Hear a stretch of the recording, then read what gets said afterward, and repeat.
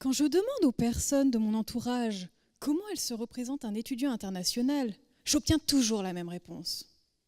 C'est un jeune baroudeur. Ah, un fêtard, un étudiant peu investi dans ses études. Que de stéréotypes, vous ne trouvez pas ? J'en sais quelque chose. Je fais mon doctorat dans le cadre d'une coopération entre la France et le Canada, ce qui fait de moi une étudiante internationale.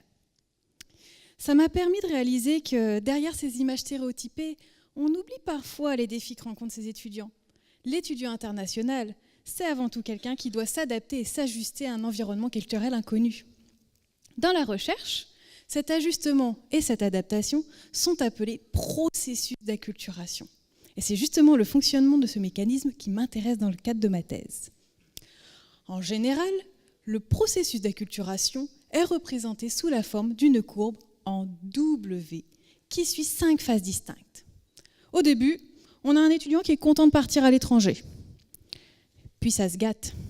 Oui, étudier à l'étranger, c'est plus compliqué qu'il n'y paraît, surtout quand c'est dans une autre langue.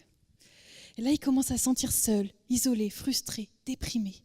C'est la phase dite du choc culturel. Puis il va reprendre du poil de la bête, il va réussir à s'adapter jusqu'à son retour dans son pays d'origine, ou patatras, second choc culturel, parce qu'il se sent incompris par ses proches. Heureusement, après un petit temps d'adaptation, tout devrait rentrer dans l'ordre.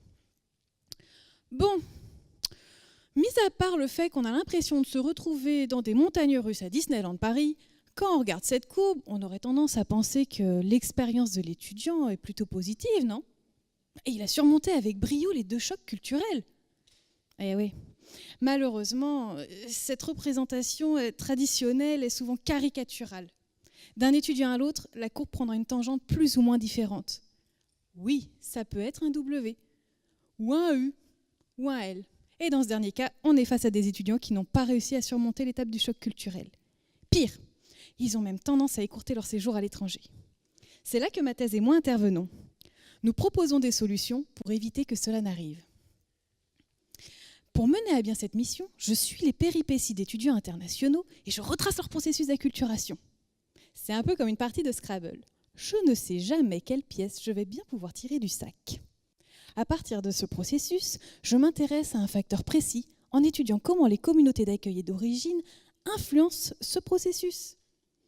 Autrement dit, comment les échanges que l'étudiant entretient avec son entourage influencent cette orientation de la courbe. Certes, s'intéresser seulement à l'influence des communautés, c'est s'intéresser à un élément du processus, vous allez me dire. Mais ma thèse n'est que le début de mon aventure. Et comme Lao Tzu a pu le souligner, un voyage de 1000 lieues commence toujours par un premier pas.